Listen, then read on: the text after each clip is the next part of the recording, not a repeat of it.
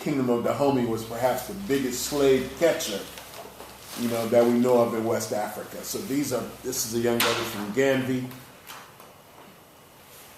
And going down the list, this takes us to Botswana.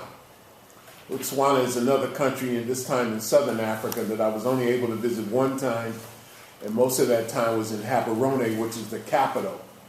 I got there on a Sunday morning, and I started wandering, looking at the city, and I heard these beautiful voices, and I realized that I was near a church. And these youngsters were outside of the church, and I was able to catch a nice image. And I think it shows the diversity even of southern Africa, that people are not monolithic. All from Botswana. These images take us to Cameroon. Now, for a long time, I thought that I must have Cameroonian lineage.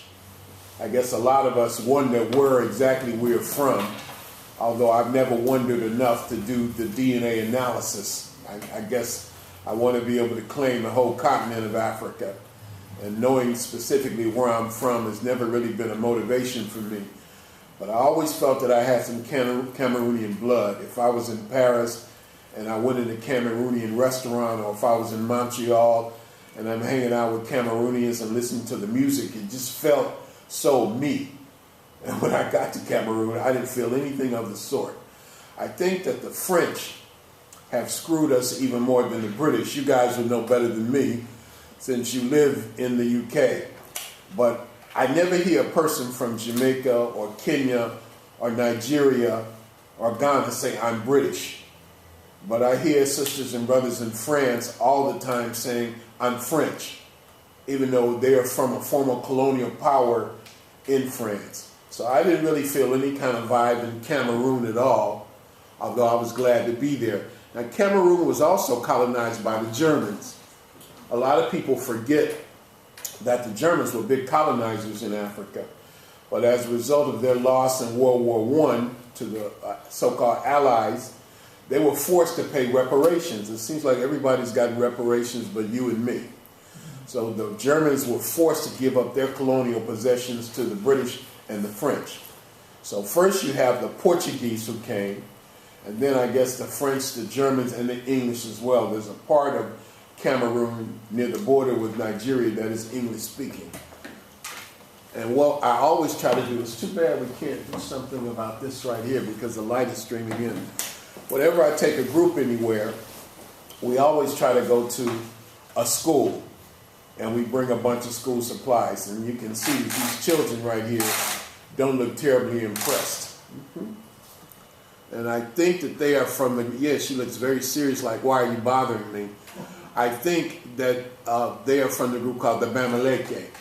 The Bamileke in Cameroon are kind of, to me, like the Yoruba in Nigeria. They're business people, and thank God for them, because in most of Africa that I've been to, Africans don't control the local economies.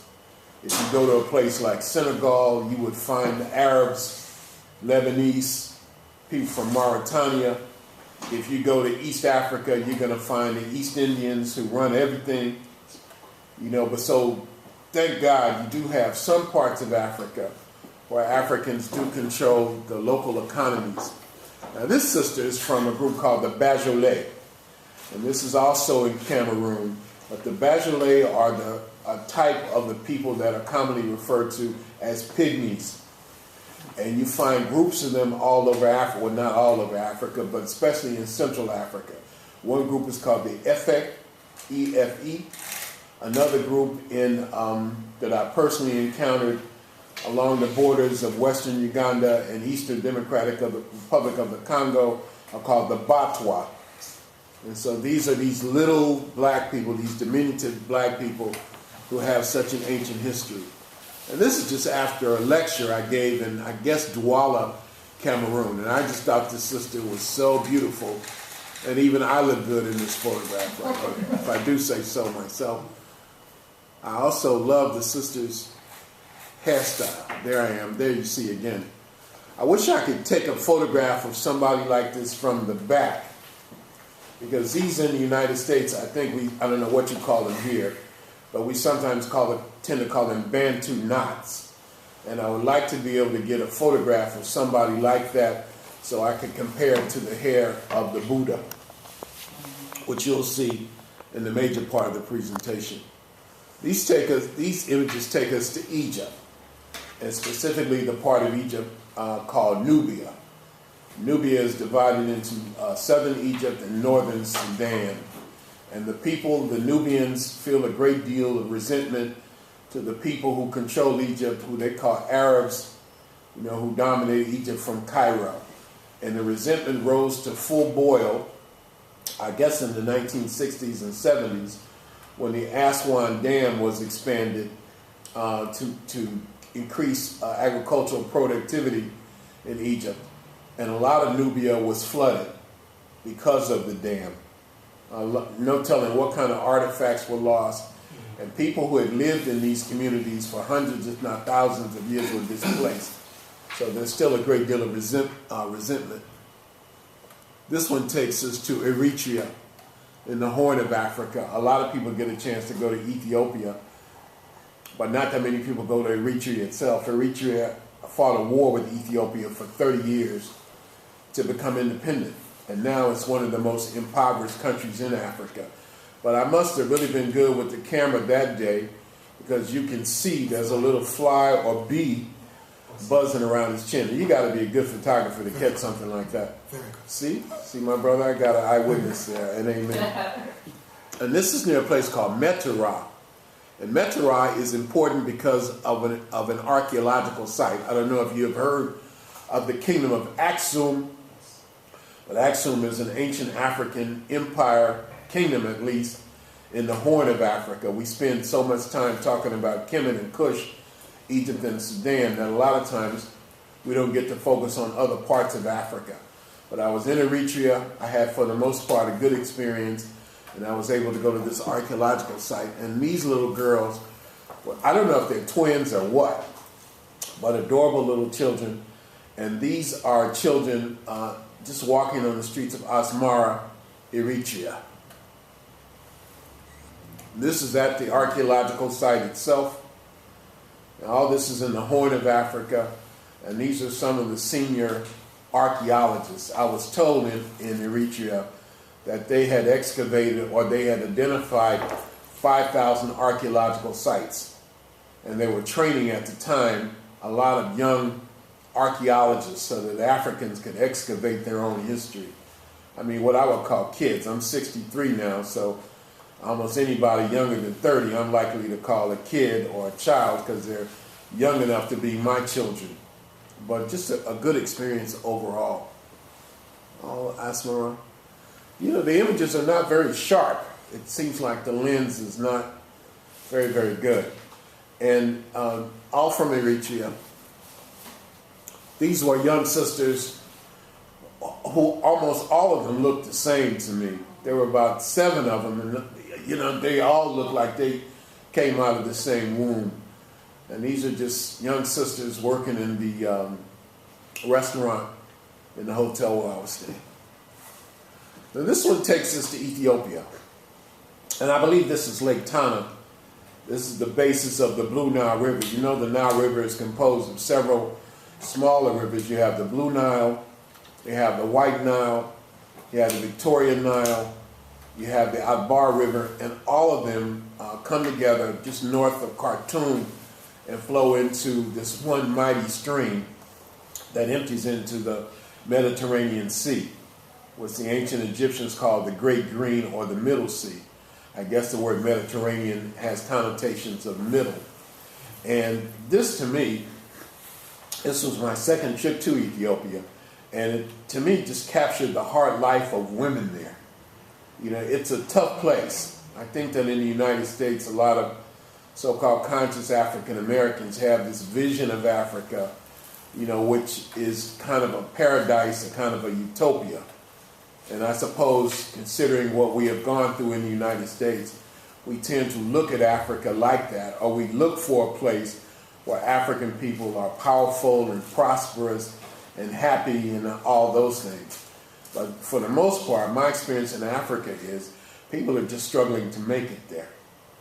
That it's We're not going to be racially profiled like we are in the United States. We're not going to have a helicopter, flying over our head.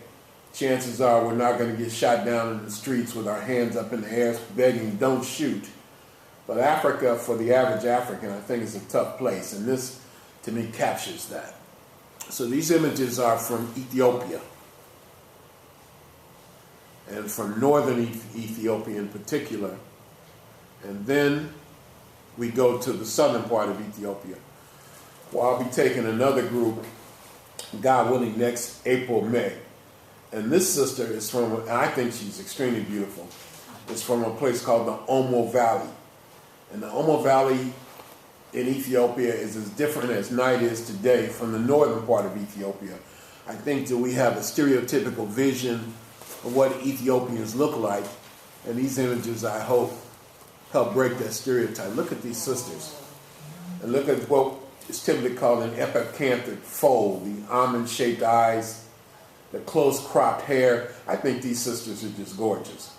And to me, they could be fashion models rolling down, the runway, or whatever fashion models walk on. Or maybe it's airplanes I'm thinking about.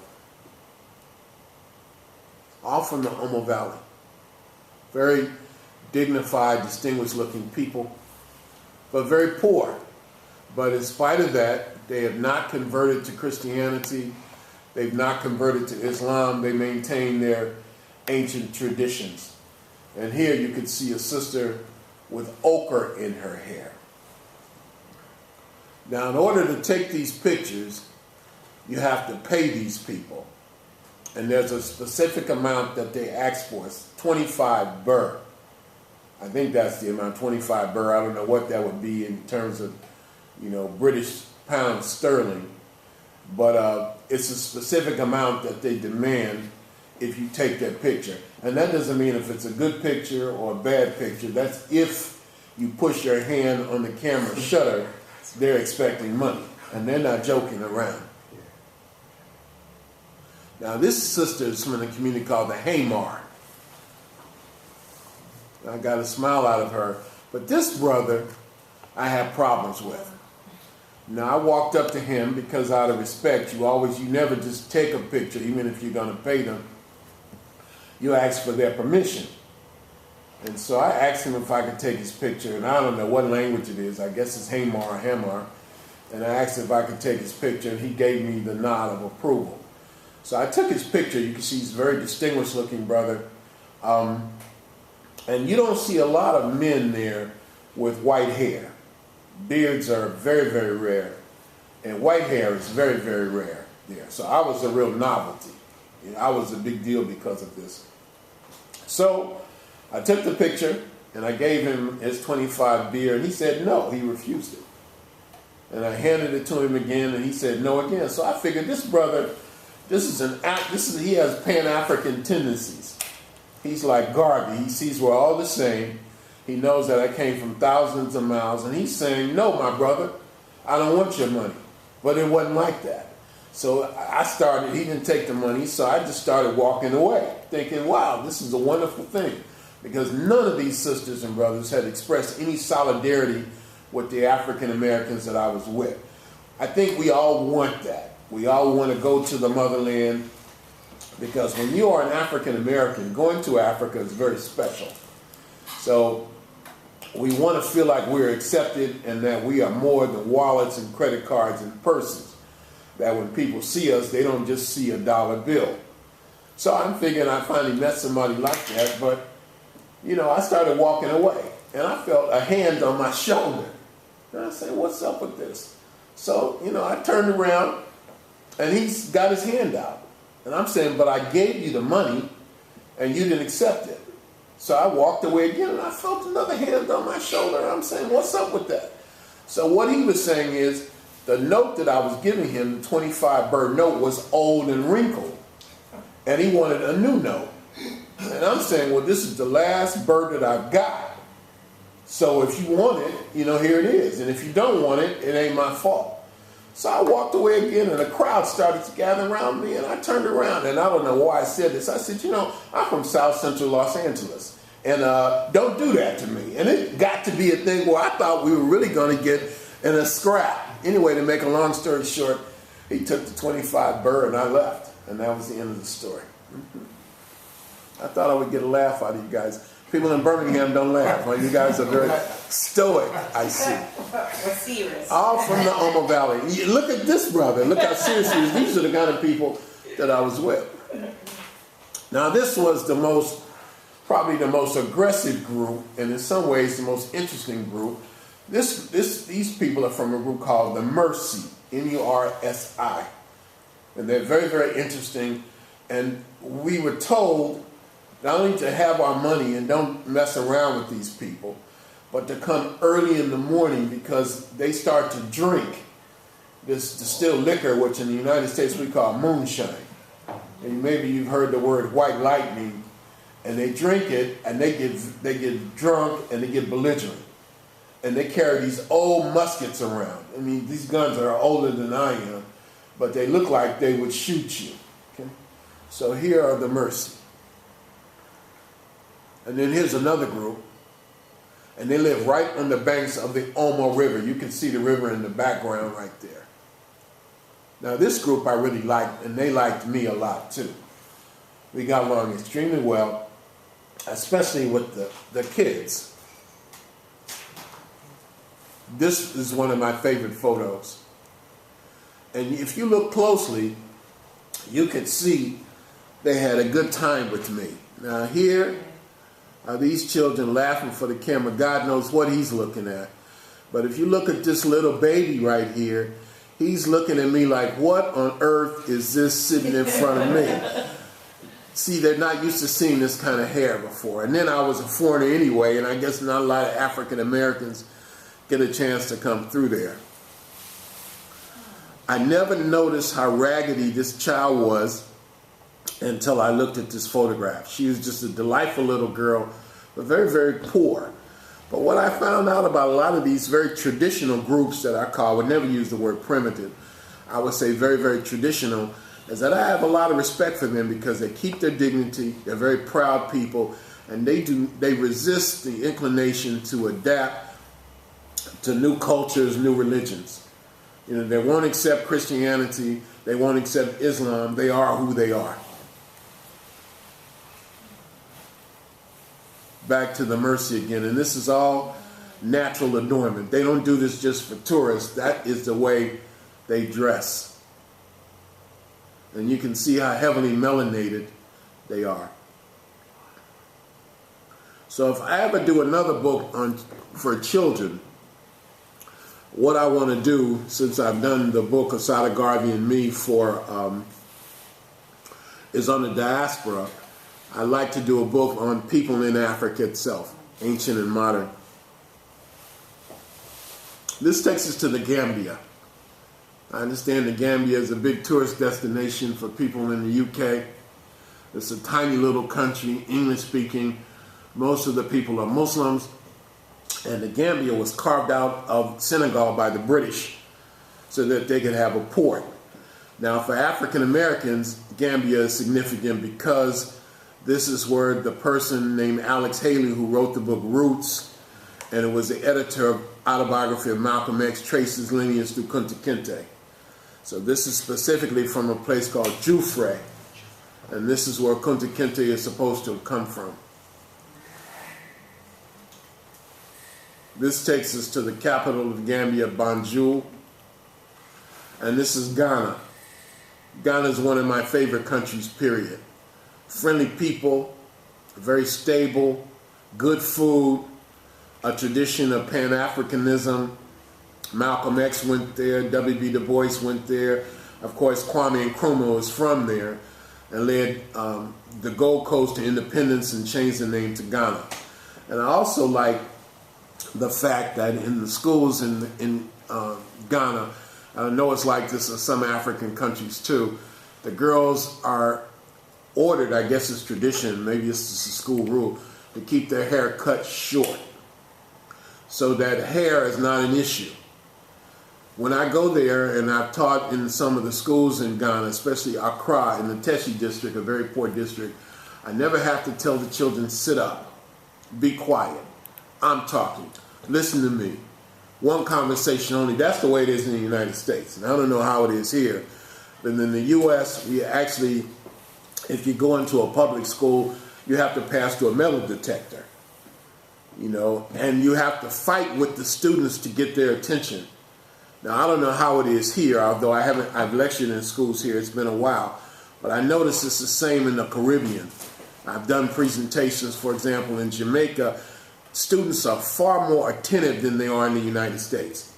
In Africa, you get the impression that people believe that education is an opportunity. It's not something to be taken for granted. In the United States, it's a very different vibe. Where you go to school to show the clothes you wear and the weave you've got. I'm talking about 9, 10, 11-year-old children with a weave. They got somebody else's hair on their head, which to me is reprehensible. I ain't gonna lie to you, I hate these weaves. I hate them. When I see a sister with a weave on, I want to do like Van Helsing in the Dracula movie. I want to do the sign of the cross.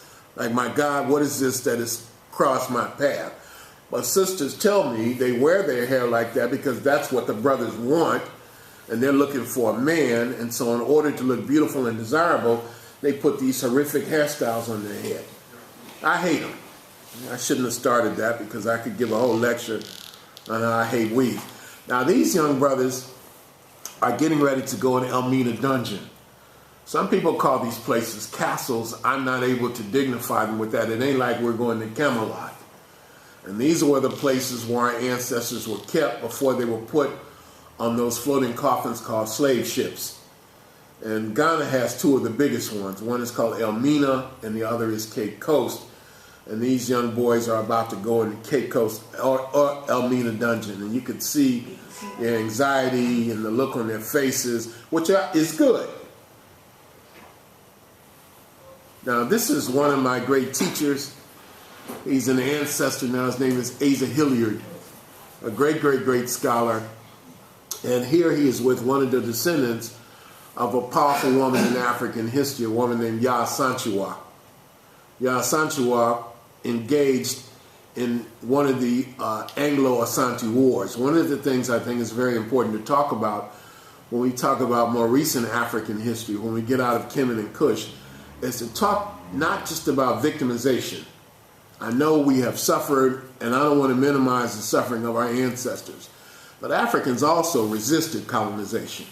They resisted invasion, and they resisted enslavement. So in one of the Anglo-Asante Wars, Yaa Asantewaa, her ancestor, told the men if they were not willing to fight the British, then the women would, and shamed the brothers into going into war. Unfortunately, they lost that war. Yaa Asantewaa herself was exiled. So this is one of the descendants of the famous Queen Mother of the Ejisu clan of the Asante Nation, Yaa Asantewaa. Schoolboys in Ghana, all from Ghana. This is my first trip to Ghana, and back then, this is before everything had been digitized, and I used to do slide presentations with these little, I don't know if you remember them, 35 millimeter slides. I still have thousands of them that I'll find something to do with at some point in time. And I'm getting ready to do a presentation. This is my first trip to Ghana, and this is about 14 years ago, I think 2004, 2005 or so. And I'm at the W.B. Du Bois Center. I guess you know W.B. Du Bois. There's even a drawing of him over there somewhere.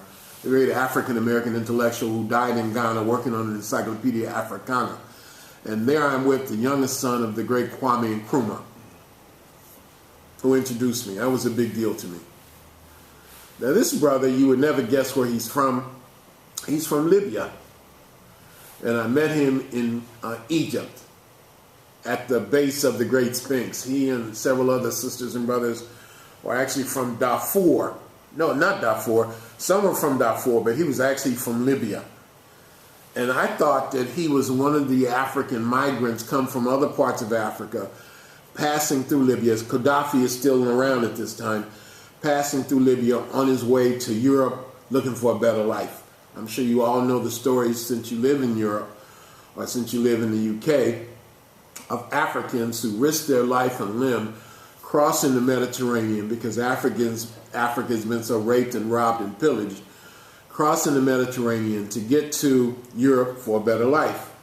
And he said, no, no, no, no, no. My ancestors have been in Libya for generations. This one takes us to Morocco. And these are people in the southern part of Morocco. These are people called Berbers. Now you have black Berbers and you have white Berbers.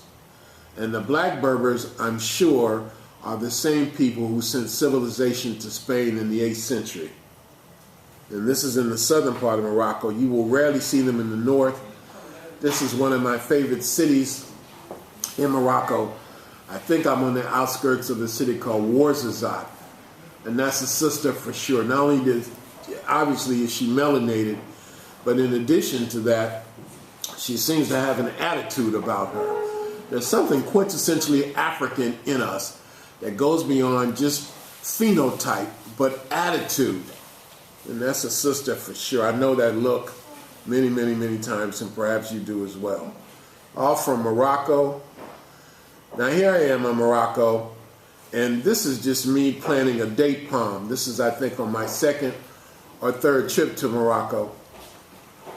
You all come on in. I'm just showing some slides to get started, and Emmanuel can stop me anytime he sees fit. Now you're in the presentation. Since you walked by the screen, we know you're all famous now. I was told that if you plant a date palm, you'll always have to go back to Morocco to water it. And you can see it's a very, very arid place. All from the south. I thought this sister was really fine. And she was cleaning up my room. She worked in a hotel that I was staying in, and I asked if I could take a photograph, and she didn't really want to be bothered, but she finally said okay. And you can see the physical resemblance here.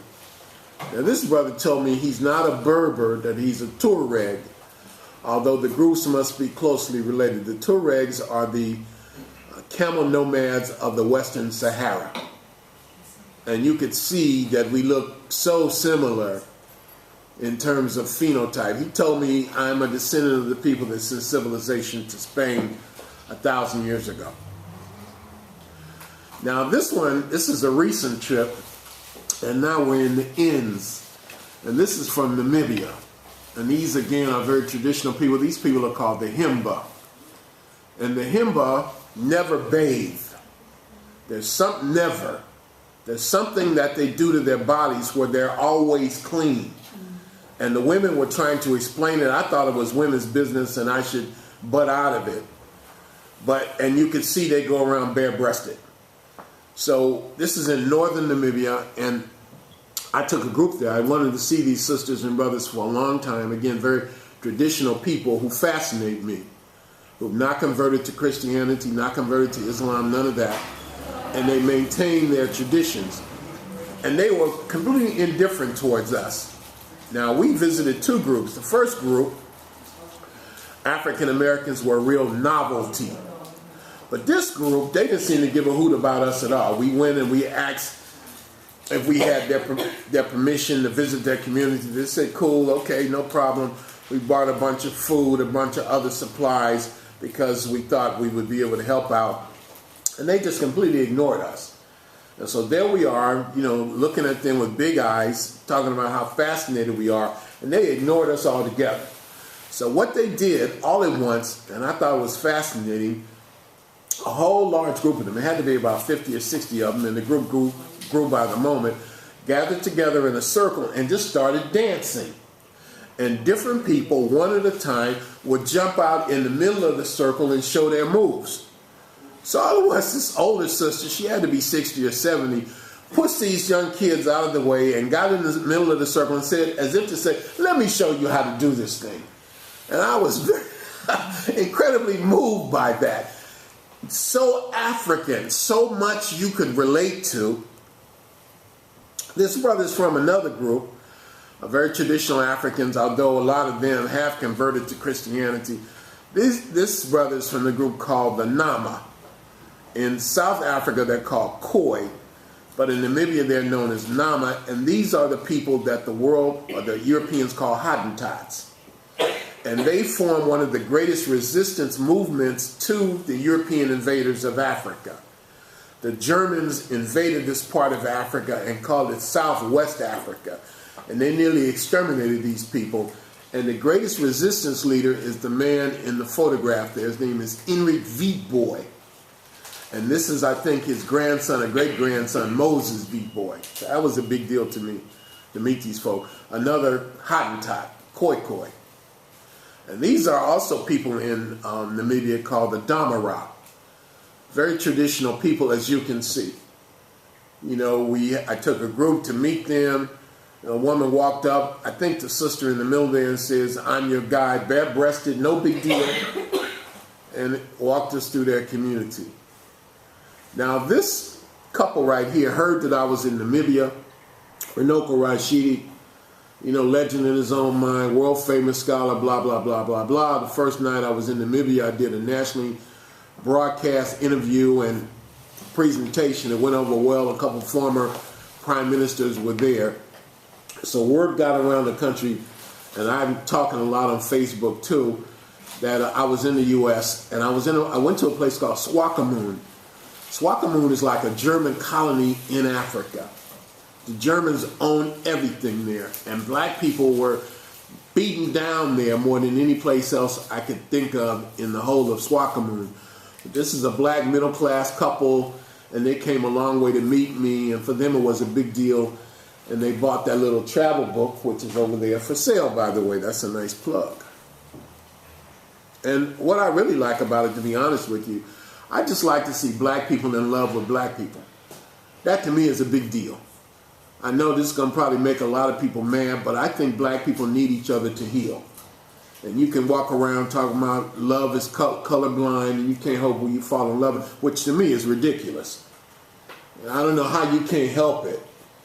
Brothers be talking about they can't find a good black woman. I'm of the belief that if you can't find a good black woman, you ain't looking for one. Yeah. We need each other whether we like it or not. And we need to stop lying to ourselves. If you want to be with somebody who doesn't look like you, that's your business. But don't be talking about you couldn't help it. You were walking down the street and Cupid shot you with an arrow and you fell in love with this blonde. Come on now. Don't insult my intelligence. Now this is another, the sister said amen anyway. I know y'all are a little slow over there.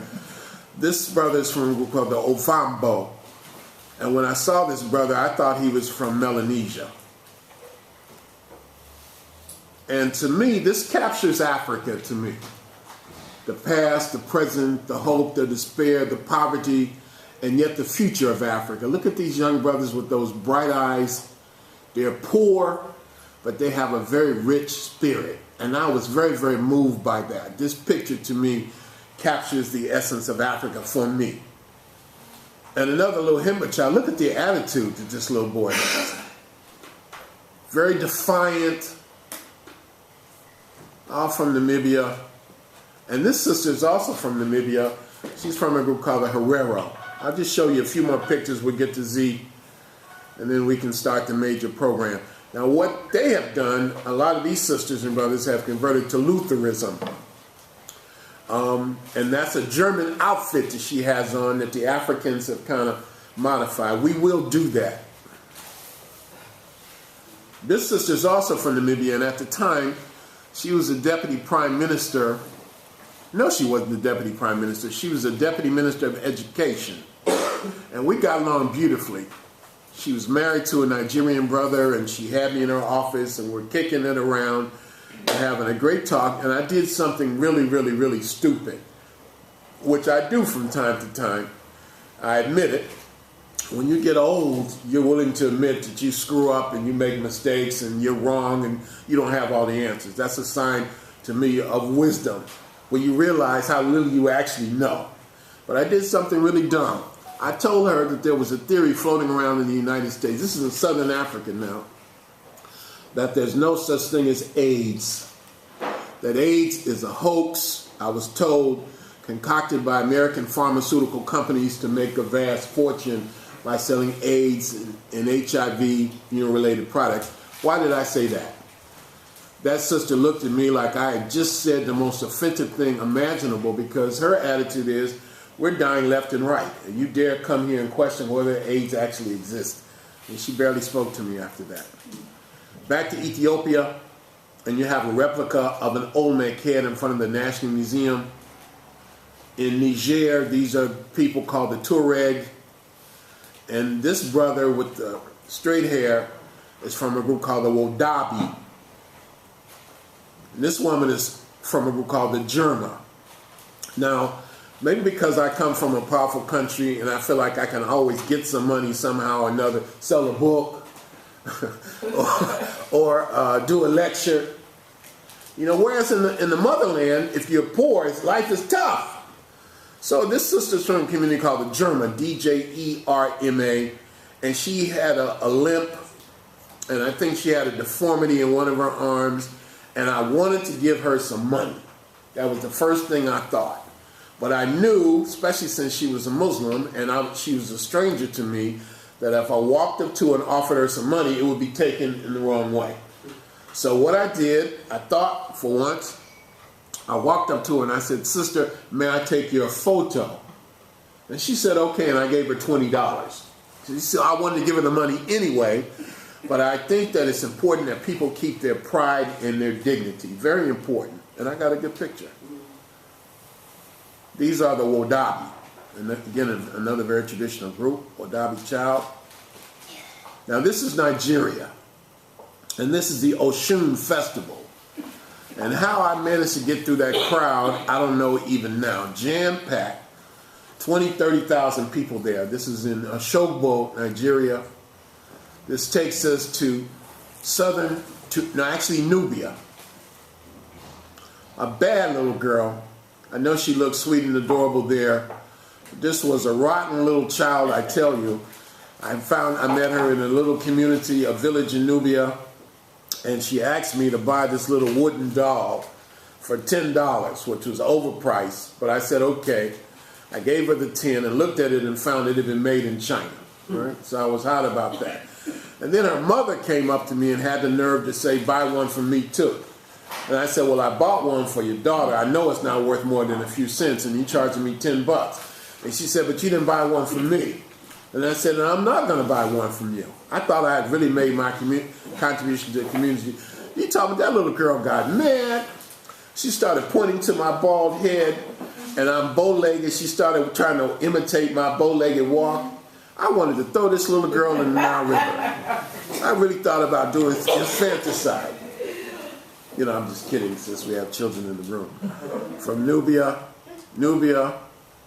I don't know why that's in there. I did a speech in southern Sudan. I was in Nigeria, but that sister's from Senegal. She found out that she had met Runoko Rashidi, and she was calling her husband in Senegal to say, "I got Runoko Rashidi right here." And I think her husband was saying, "Who?" And this was one of the presidential guards from Senegal. I'm at S, I'm almost finished. And this is one of the guards, very resplendent looking brother, right? Of President Abdoulaye Wade. And the brother on the end with the white hair is one of probably Senegal's leading scholars. Name is Ibader Cham. And there I am in Senegal at a big conference, the president of the conference in 2010, sitting in the chair of the president of Senegal. He had to go to the airport to meet Muammar Gaddafi. You know, that's a tradition.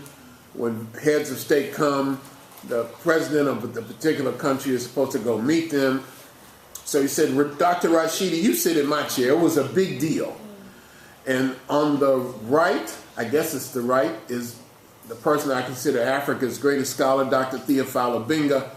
And there's Ibader Cham. And there's Runoko Rashidi, legend in his own mind, right in the middle. Now, this is in South Sudan.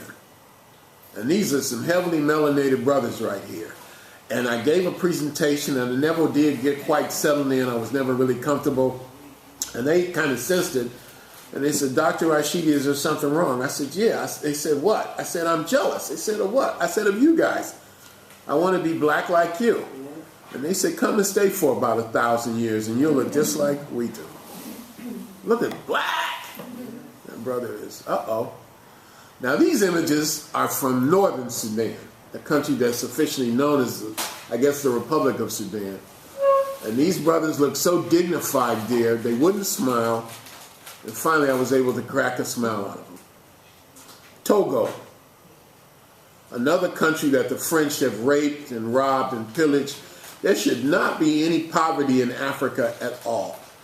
Africa is the wealthiest continent in the world in terms of natural resources, but in fact, I would say Africa is not poor. Africa has been raped and robbed and pillaged because it has all these natural resources, but the people are not able to benefit from them. In Togo and southern Tunisia,